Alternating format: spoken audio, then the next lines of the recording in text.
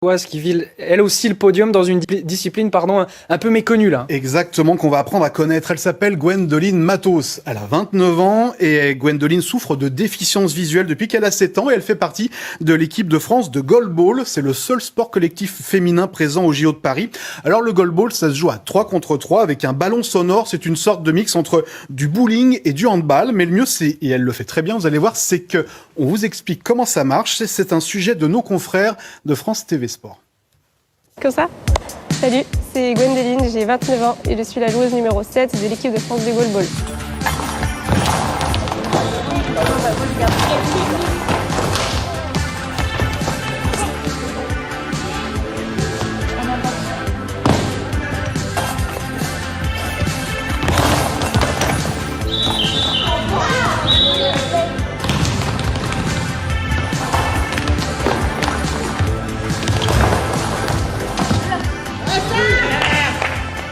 Le goalball, c'est l'unique sport collectif féminin pour les déficients visuels. Ça se joue à 3 contre 3. Avec les yeux bandés, on porte un masque pour être tous en cécité totale.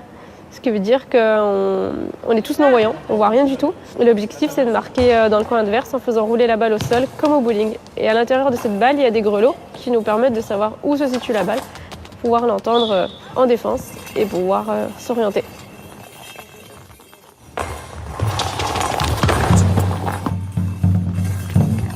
On oublie limite que les joueurs sont malvoyants ou non-voyants. On n'est plus des personnes en situation de handicap, il n'y a plus rien et on est vraiment des sportifs de haut niveau et on est là pour la gagne et pour tout déchirer. On a découvert mon handicap quand j'avais 7 ans. Ça a été très compliqué au niveau de ma scolarité. Mes parents ont découvert un établissement spécialisé pour les malvoyants à Besançon, donc à 2 heures de chez mes parents. Et j'ai fait le choix de partir en internat quand j'avais 10 ans pour pouvoir me débrouiller toute seule et en fait ne pas être jugée sur le handicap, être comme tout le monde, avoir une scolarité comme tout le monde. Cet après-midi, il va falloir s'échauffer et après on a 2 matchs face à l'équipe de Lille, donc il va falloir tout donner. Ok, 20 minutes avant le début du match, les filles, je vous laisse quelques minutes pour échauffer entre vous. Ok, prise de risque. Et solide en défense aussi.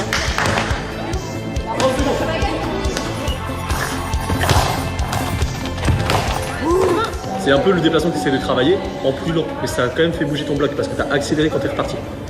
Ok. Et on passe tellement de temps ensemble, on passe plus de temps qu'avec presque notre famille ou nos amis, donc c'est une vraie cohésion d'équipe. Gwendoline, c'est une personne qui pourrait faire un sport individuel parce qu'elle aime bien faire ce qu'elle veut, mais du coup elle s'adapte au collectif, elle n'a pas le choix, elle sait qu'avec moi ça passe pas. Donc du coup elle apprend à se taire et à rentrer dans le collectif parce que c'est que le collectif c'est plus important que tout. Donc elle a un petit caractère, mais elle s'adapte. T'as pas dit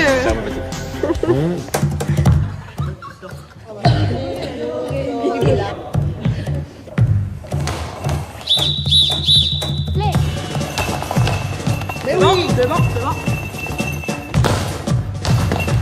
Derrière. Les filles d'équipe de France, c'est vraiment une famille pour moi parce qu'on partage de très bons moments, que ce soit des bons moments, des mauvais moments.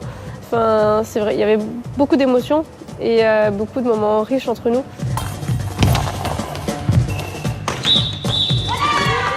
Des fois, ça a été dur, ça a été compliqué, mais aujourd'hui, j'ai un état d'esprit de gagne, de toujours vouloir gagner.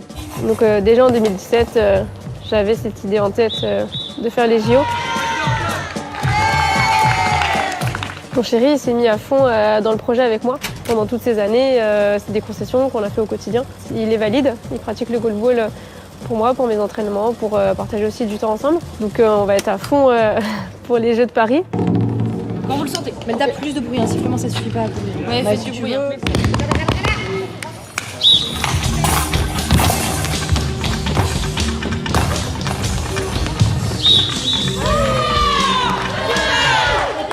On se retrouve à Paris du 29 août au 5 septembre à Paris Arena Sud. J'espère que vous serez nombreux à venir au goalball. Nous, on ne vous verra pas, mais par contre, j'espère que vous serez nombreux pour nous encourager. Team France, déterminés et solidaires, allez!